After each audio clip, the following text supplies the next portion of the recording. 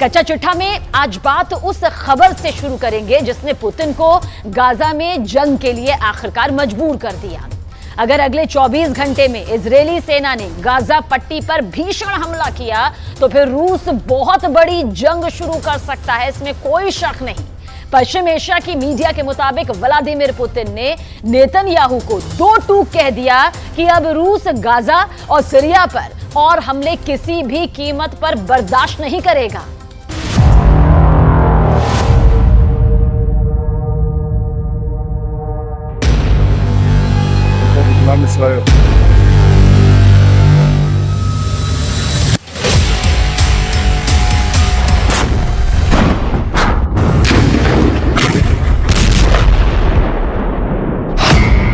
बंद करो गाजा में कदर, पुतिन की जंगी धमकी।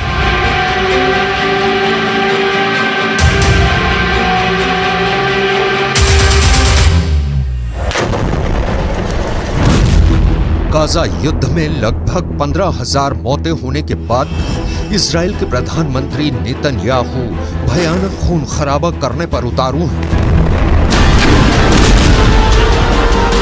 हालात ये हो गए हैं कि पिछले 12 घंटे के अंदर इजरायली सेना ने उत्तरी गाजा में कई जगहों पर सीज फायर को तोड़ते हुए हमास के ठिकानों पर मिसाइलों और ड्रोन से सीधा हमला किया है। लेकिन इस बीच एक खबर रूस से निकल कर आई है जिसने पूरी दुनिया को सन्न करके रख दिया है। 71 साल के रूसी राष्ट्रपति व्लादिमीर पुतिन ने साफ चेतावनी दी है कि अगर गाजा में खूनी गदर नहीं रुका तो फिर गाजा से लेकर सीरिया तक इजरायली सेना पर भयंकर हमले शुरू हो जाएंगे। नेतन्याहू को चेतावनी देते हुए पुतिन ने जो कहा है उसने अमेरिका समेत तमाम पश्चिमी देशों को गहरे संकट में डाल दिया है। जरा देखिए पुतिन ने ऐसा क्या कह दिया है कि अब गाजा युद्ध इजरायली सेना के लिए गले की हड्डी बनता जा रहा है। गाजा से सीरिया तक रूस का बदला शुरू। रूसी राष्ट्रपति व्लादिमीर पुतिन ने प्रधानमंत्री बेन्यामिन नेतन्याहू को सीधी चेतावनी देते हुए कहा है कि अगर गाजा युद्ध नहीं रोका तो फिर सीरिया भी इजराइल पर सीधे और बड़े हमले शुरू कर देगा। पुतिन ने हमास और इजराइल के बीच संघर्ष विराम पर बोलते हुए साफ कहा है कि इजराइल जिस तरह से सीज फायर की आड़ में गाजा से लेकर सीरिया तक हमले कर रहा है उसकी वजह से अब फिलिस्तीन इजरायली संघर्ष तीव्र वृद्धि की ओर बढ़ चुका है। पुतिन ने अपनी चेतावनी में यह खुलासा नहीं किया है कि क्या रूस की सेना सीधे तौर पर इजराइल के खिलाफ जंग में उतरेगी या फिर रूस ईरान और लेबनान के जरिए इजराइल पर बड़ा हमला करवाएगा। खबर यह भी है कि सीरिया में मौजूद रूसी सैन्य अड्डों पर इजराइल के खिलाफ युद्ध की तैयारी पूरी कर ली गई है। हम आपको बता दें कि पुतिन ने इजराइल से साफ कह दिया है कि अब गाजा में मासूम फिलिस्तीनियों की मौत का तमाशा रूस नहीं देखेगा। दावा किया जा रहा है कि मॉस्को ने ईरान, सीरिया और लेबनान को बड़ी जंग के लिए तैयार रहने को कह दिया है। Кровавый переворот на Украине в 2014 году, за которым последовала война киевского режима против своего народа на Донбассе, это не потрясает? А истребление гражданского населения в Палестине, в секторе Газа сегодня, не потрясает?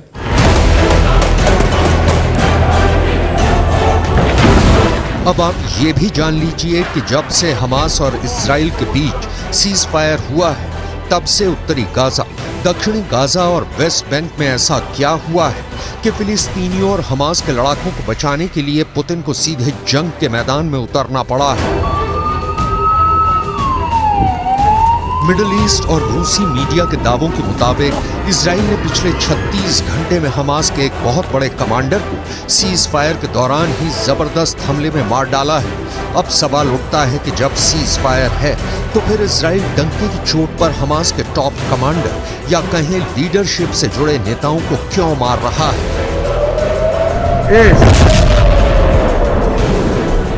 डिफेंस एक्सपर्ट्स के मुताबिक इजरायली सेना की खुफिया एजेंसी मोसाद और शिन बेत के पास हमास के सभी टॉप कमांडर्स की पूरी लिस्ट है जो हमास के हमलों को कंट्रोल करते हैं। यही वजह है कि जैसे ही सीज फायर हुआ, हमास के टॉप कमांडर आगे के हमलों को लेकर मूवमेंट करने लगे, जिसकी भनक मोसाद और शिन बेत को लग गई।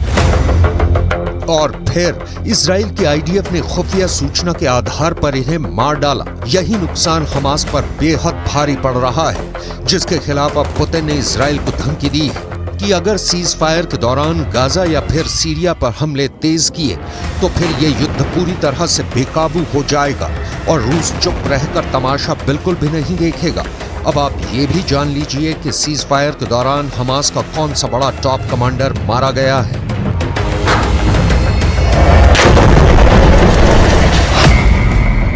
हमास के 2 टॉप कमांडर्स को इजरायली सेना ने इस तरह से मारा है कि यही नहीं पता चल पाया कि उन्हें सीज फायर के दौरान मारा गया या फिर पहले मारा गया। हमास ने खुद 26 नवंबर को पुष्टि की है कि हमास की उत्तरी ब्रिगेड के 2 कमांडर मारे गए हैं। हमास के मुताबिक आईडीएफ ने उत्तरी ब्रिगेड के कमांडर अहमद अल घंडौर को हवाई हमले में मार डाला है। इससे पहले आईडीएफ ने हमास के कमांडर अहमद अल घंडौर को मारने की 3 बार कोशिश की थी।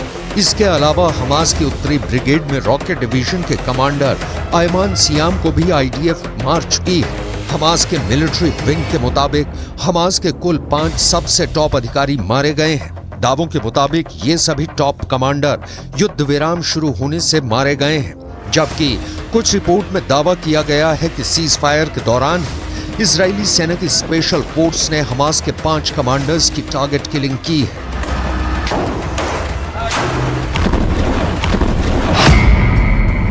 सीज फायर तोड़ा तो तोड़ देंगे इजराइल। हमास के 70 से ज्यादा कमांडर्स मारे जा चुके हैं, जिनमें से 15 बेहद माहिर और दिग्गज कमांडर्स थे। लेकिन जिस तरह से सीज फायर की आड़ में इजरायली सेना ने गाजा में गदर मचाया है, उसे लेकर पुतिन बेहद एक्टिव है। ईरान के राष्ट्रपति रईसी से पुतिन की नजदीकियों ने इजराइल के खिलाफ नई मुसीबत खड़ी कर दी है, तो वहीं सीरिया के प्रमुख असद से पुतिन की पुरानी और गहरी दोस्ती ने इजराइल को गाजा से लेकर सीरिया तक मुसीबत में डाल दिया है। सीरियाई राज्य समाचार एजेंसी के दावों के मुताबिक पिछले 18 घंटे में दक्षिण पश्चिम सीरिया में इजरायली हवाई हमलों में सीरिया के सैन्य ठिकानों को भारी नुकसान हुआ है।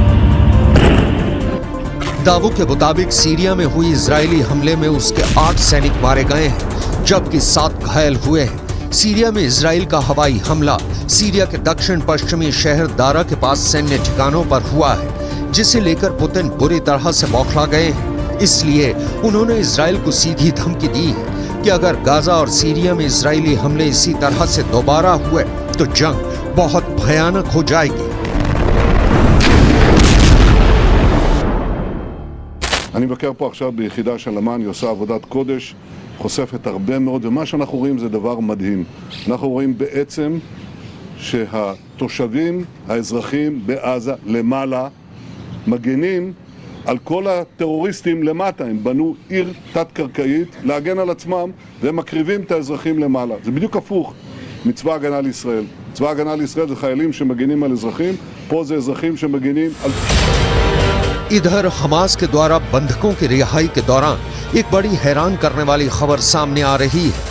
रूस को अपना सबसे वफादार दोस्त मानने वाले हमास ने रूसी बंधकों को लेकर ऐसा ऐलान कर दिया है जिसने पुतिन के कद को दुनिया भर में काफी ऊंचा कर दिया है। हमास के वरिष्ठ अधिकारी ने दावे के साथ ऐलान किया है कि हम रूस और राष्ट्रपति पुतिन का बहुत सम्मान करते हैं, इसलिए गाजा में बंधक रूसी नागरिकों को हमास बिना शर्त रिहा करने जा रहा है। हमास के टॉप लीडर ने पुतिन को सम्मान देते हुए बयान दिया है कि रूसी बंधकों को रिहा करके हमास पुतिन को सच्चे दोस्त होने का सम्मान दे रहा है।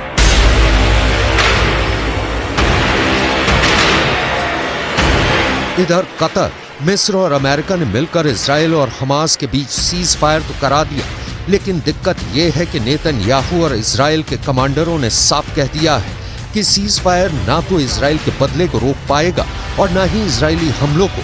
हम हमास का पूरी दुनिया से खात्मा कर देंगे। इधर कुछ मिडिल ईस्ट की मीडिया ने दावा करना शुरू कर दिया है कि गाजा पट्टी में 20,000 से ज्यादा लोग मारे गए हैं, जिनकी संख्या 1967 में इजराइल अरब युद्ध में मारे गए लोगों से कहीं ज्यादा है।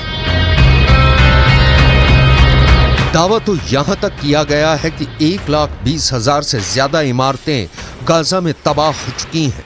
अब ऐसे हालात में दावे किए जा रहे हैं कि रूस गाजा से लेकर सीरिया तक इजरायली हमलों को काउंटर करने का मन बना चुका है, क्योंकि यूक्रेन के युद्ध में पुतिन ने अकेले दम पर नेटो और अमेरिका को थका डाला है और यूक्रेन पुतिन से जंग लगभग हार चुका है। अब ऐसे हालात में पुतिन का हौसला 7वें आसमान पर है, इसलिए वो गाजा से लेकर सीरिया तक इजरायली सेना को मटियामेट करने की तैयारी में जुट चुके हैं।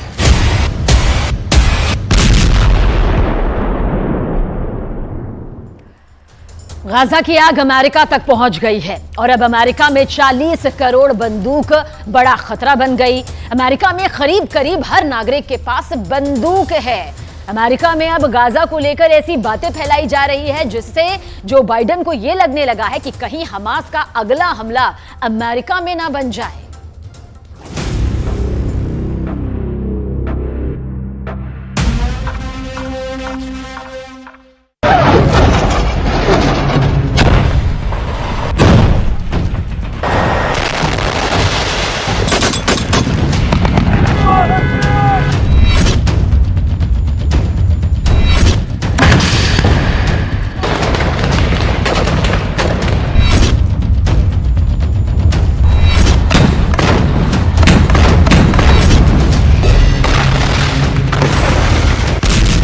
गाजा पट्टी के अंदर अब तक 4 करोड़ किलोग्राम बम बरसाए जा चुके हैं।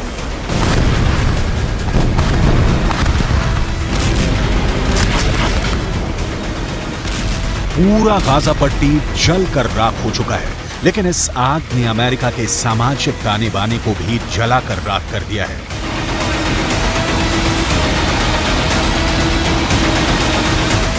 सात अक्टूबर के बाद, यानी जब हमास ने इजरायल पर आतंकवादी हमला किया, उसके बाद से लगातार अमेरिका के अंदर ऐसी खूनी वारदातें हो रही हैं जिसमें शिकार कभी यहूदी हो रहे हैं तो कभी फिलिस्तीनी। अमेरिका की आबादी 32 करोड़ 64 लाख है, लेकिन अमेरिका के अंदर आम लोगों के पास 40 करोड़ बंदूकें हैं। यानी अमेरिका में तकरीबन हर नागरिक के पास कम से कम एक बंदूक अवश्य है। और ऐसी स्थिति में अगर अमेरिका के अंदर सामाजिक सद्भाव बिगड़ रहा है तो जो बाइडेन के लिए ये बहुत मुश्किल की घड़ी है। ताजा खबर अमेरिका के वर्लिंगटन से है, जहां पर एक अमेरिकी नागरिक ने 3 फिलिस्तीनियों को गोली मार दी है। इस घटना ने एक बार फिर अमेरिका में फिलिस्तीन बनाम गैर फिलिस्तीन तनाव को भड़का दिया है। वर्लिंगटन में एक अमेरिकी नागरिक ने हिशाम औरतानी, तहसीन अहमद और किन्नान अब्दुल हमीद पर वर्मोंट विश्वविद्यालय के पास हमला किया है। अमेरिका के राष्ट्रपति जो बाइडेन और उनके विदेश मंत्री एंटनी ब्लिंकन लगातार यहूदी पुजारियों, यहूदी नेताओं और मुस्लिम धर्मगुरुओं के संपर्क में हैं। वो लगातार शांति स्थापित करने की कोशिश कर रहे हैं और बयान भी जारी कर चुके हैं, लेकिन इसका कोई असर देखने को नहीं मिल रहा है। अमेरिका में किस तरह फिलिस्तीनियों को गोलियों की बौछार का सामना करना पड़ा है, आपको आगे बताने वाले हैं। लेकिन सबसे पहले आपको अमेरिका के हालिया घटनाओं का पूरा विवरण देते हैं, जिससे ये साफ हो जाता है कि अमेरिका भी अब गाजा की आंच से बच नहीं पा रहा है। ये तस्वीरें अमेरिका की ही हैं, जहां पर एक 6 साल के फिलिस्तीनी बच्चे का नमाज़े जनाजा पढ़ा जा रहा है।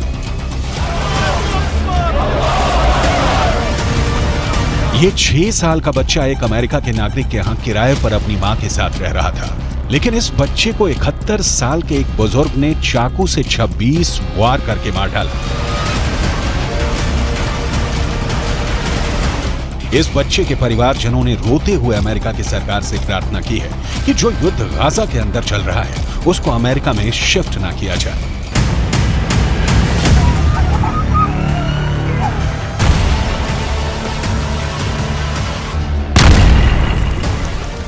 I just want to tell the whole world that we live in a country called the USA. We're not in war. And we're not bringing war here too. What happened that day for a gentleman,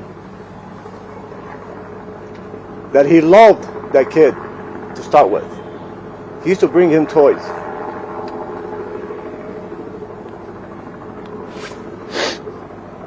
Now I want to ask anybody here, a 71-year-old man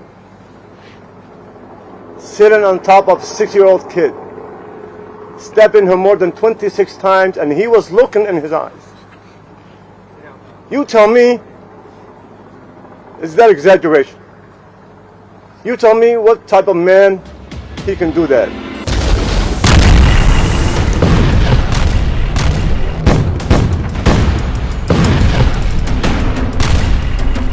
इस तरह के वाद विवाद का बहुत बुरा असर इस वक्त अमेरिका के ऊपर पड़ रहा है। अमेरिका में लगातार सांप्रदायिक हिंसा के मामले बढ़ रहे हैं, खासकर यहूदियों और मुसलमानों के बीच टकराव बढ़ रहा है। अमेरिका के डेट्रॉयट में सिनेगॉग चलाने वाली एक यहूदी महिला नेता की चाकू मारकर बेरहमी से हत्या की गई। इतना ही नहीं, अमेरिका के न्यूयॉर्क से भी विचलित करने वाली तस्वीरें आई हैं। यहाँ एक विश्वविद्यालय की लाइब्रेरी के अंदर यहूदी बच्चे छुपे हुए थे और बाहर फिलिस्तीन के समर्थक नारेबाजी कर रहे थे।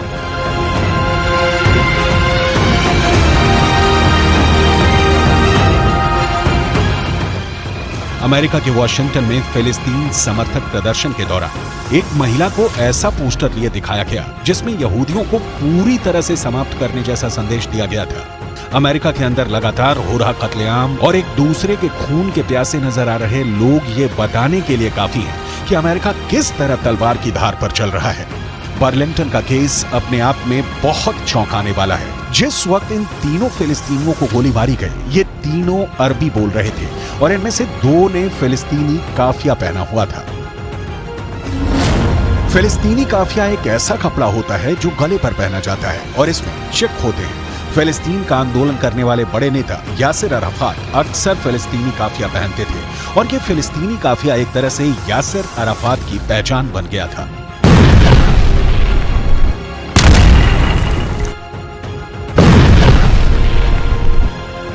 एक ब्रिटिश एक्टर और प्रेजेंटर इस्लाह अब्दुल रहमान फिलिस्तीन के लोगों के लिए सहानुभूति व्यक्त करने के लिए फिलिस्तीनी काफिया पहना था। ठीक ऐसा ही काफिया 2 फिलिस्तीनियों ने भी पहना हुआ था जिन पर गोलियां चली हैं। इसका मतलब साफ है कि गोली मारने वाले शख्स अमेरिका के नागरिक जेसन जे ईटन ने ये जानते हुए इन्हें गोली मारी कि ये फिलिस्तीन लिस्ट एनी मूल के नागरिक हैं। We have a lot more to do, however. Even with this arrest, we are still working. There is more investigation to be done, and that includes trying to determine motive. We still do not know as much as we want to know. But I would urge the public and you in the media to avoid making conclusions based on statements from people who know even less than we currently do. We are working hard to find out this information, and we are nowhere near the end of this investigation. Jason J Eaton को गिरफ्तार कर लिया गया है और उन पर case चलाया जा रहा है। अमेरिका की पुलिस लगातार जेसन जो ईटन के बैकग्राउंड को तलाश रही है। करीब 50 साल का जेसन एक किसान है और मुख्य तौर पर उसका पेशा खेती-बाड़ी है, लेकिन वो सोशल मीडिया पर भी एक्टिव है और वो फिलिस्तीन का समर्थन करने वाले अमेरिका के नेताओं के खिलाफ कई टिप्पणियां कर चुका है। अहम बात यह भी है कि जहां पर जेसन ने 3 फिलिस्तीनियों को गोली मारी है, वो जगह उसके अपार्टमेंट के पास ही है। जहां ये तीनों फिलिस्तीनी पढ़ते हैं, वो जगह भी अपार्टमेंट के पास है। क्या ये इलाका फिलिस्तीनियों के प्रदर्शन से प्रभावित रहा है, इसकी भी जांच की जा रही है।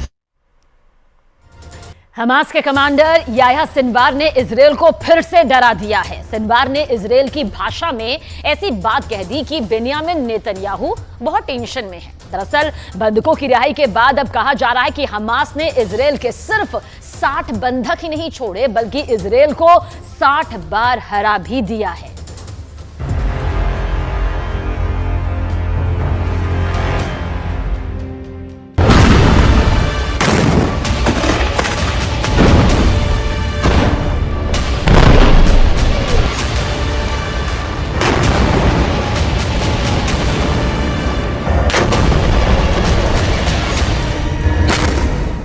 सीज फायर टूट गया जब युद्ध विराम बढ़ाने पर हमास और इजरायल राजी हुए तो गाजा में तैनात इजरायली सेना के टैंक और तोपों ने बमबारी कर दी। शेख रदवान इलाके में धमाके हुए और दहशत फैल गई कि युद्ध फिर शुरू हो चुका है। इजराइल फिर टनों टन बम गाजा पर गिराएगा, फिर इमारतें ढहती जाएंगी और हजारों लाशों को मलबे से निकालने का काम फिर शुरू हो जाएगा, जिसमें बच्चे होंगे, महिलाएं होंगी, बुजुर्ग भी होंगे, क्योंकि नेतन्याहू तो पहले ही कह चुके हैं कि जब तक हमास बाकी है, युद्ध बाकी है और गाजा की तबाही जारी रहेगी।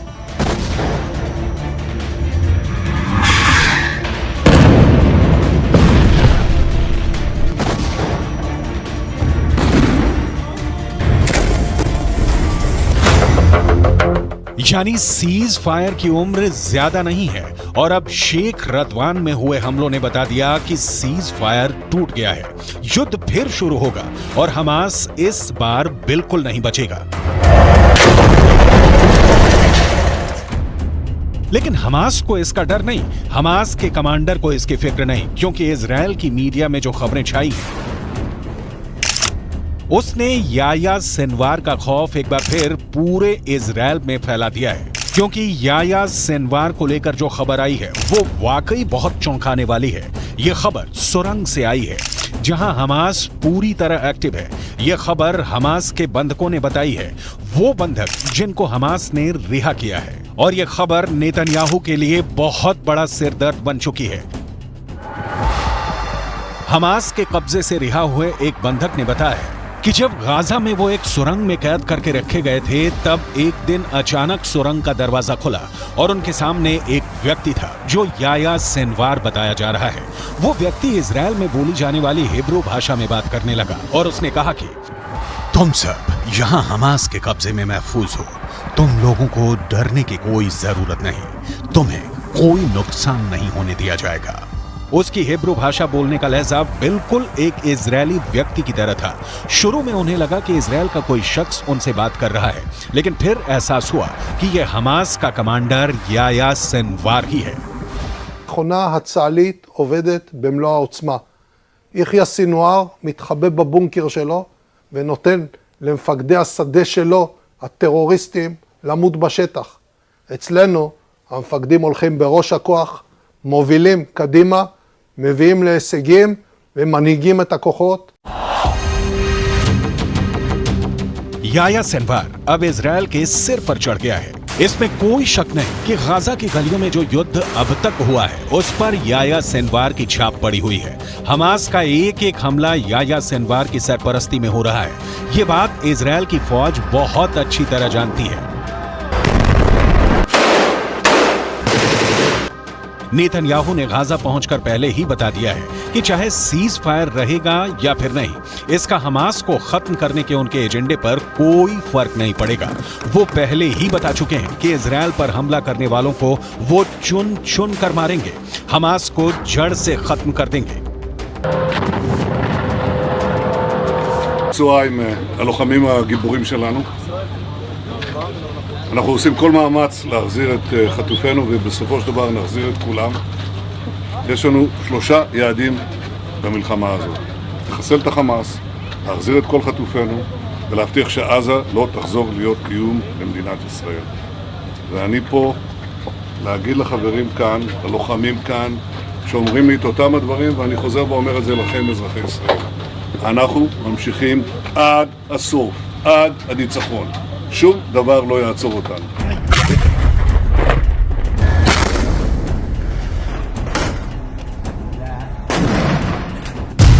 यानी हमास का पक्का इलाज होगा, हमास को पूरी तरह खत्म कर दिया जाएगा। इसकी 100% वाली गारंटी नेतन्याहू बार बार दे रहे हैं। गाजा में सीज फायर करके इजराइल को वक्त मिला, उसकी सेना को वक्त मिला, हमास को भी वक्त मिला। दोनों तरफ अपनी ताकत को फिर से जुटाने का काम हुआ होगा ताकि युद्ध के अगले चरण को और खतरनाक बनाया जाए। लेकिन इन सबके बीच सबसे बड़ा चैलेंज याह्या सिनवार बन चुका है। याह्या सिनवार जब तक जिंदा है, नेतन्याहू जीत का दावा नहीं कर सकते। नेतन्याहू को जब से पता चला है कि याह्या सिनवार सुरंगों में घूम रहा है और बंधकों से मुलाकात करके उनसे सीधे बात कर रहा है, तब से नेतन्याहू की बेचैनी बढ़ गई है। इसका मतलब साफ है कि याह्या सिनवार जिंदा है। याह्या सिनवार युद्ध को कंट्रोल कर रहा है। याह्या सिनवार बता रहा है कि इजराइल का एक एक बंधक उसके रहमो करम पर जिंदा है। यही बात इजराइल को बहुत परेशान कर रही है।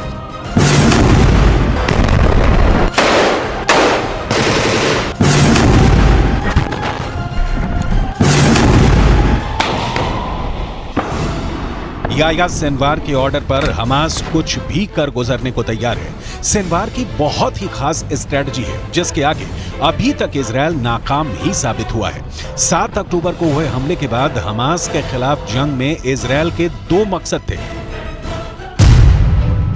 पहला, हमास के पास से करीब 250 बंधकों को आजाद कराना, जिसके लिए इजरायल को सीज फायर करना पड़ा, यानी उसका युद्ध और बमबारी काम नहीं आया, वो फेल हो गया। दूसरा मकसद, इजरायल हमास को जड़ से खत्म करना चाहता है, लेकिन अभी तक इसमें भी इजरायल फेल ही साबित हुआ है। יש היום הסכמה לאומית בכל מדינת ישראל שאנחנו חייבים להילחם ולנצח בגלל מה שקרה, בשביל העתיד שלנו וגם בשביל העתיד של העולם החופשי.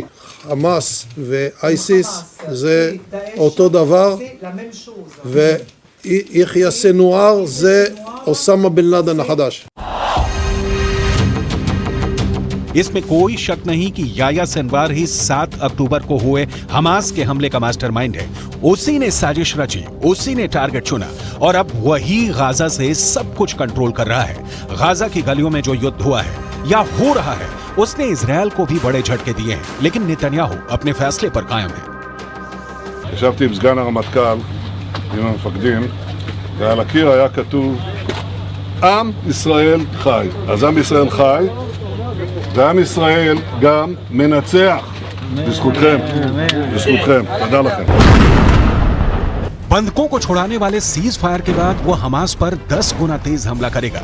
फिर हमास के पास न बचने का रास्ता होगा न भागने का। गाजा की गलियों में युद्ध के दौरान हमास ने भी बड़े बड़े दावे किए हैं। हमास का दावा है कि उसने इजरायल के 180 टैंक और बख्तरबंद गाड़ियों को हमले में फोड़ दिया है। गाजा से लगातार ऐसी तस्वीरें आई हैं जिसमें इजरायली टैंक पर घात लगाकर हमले किए गए। इजरायल ने खुद माना है कि अब तक ग्राउंड ऑपरेशन में उसके 70 से ज्यादा सैनिक मारे जा चुके हैं, 250 से ज्यादा सैनिक जख्मी हुए हैं।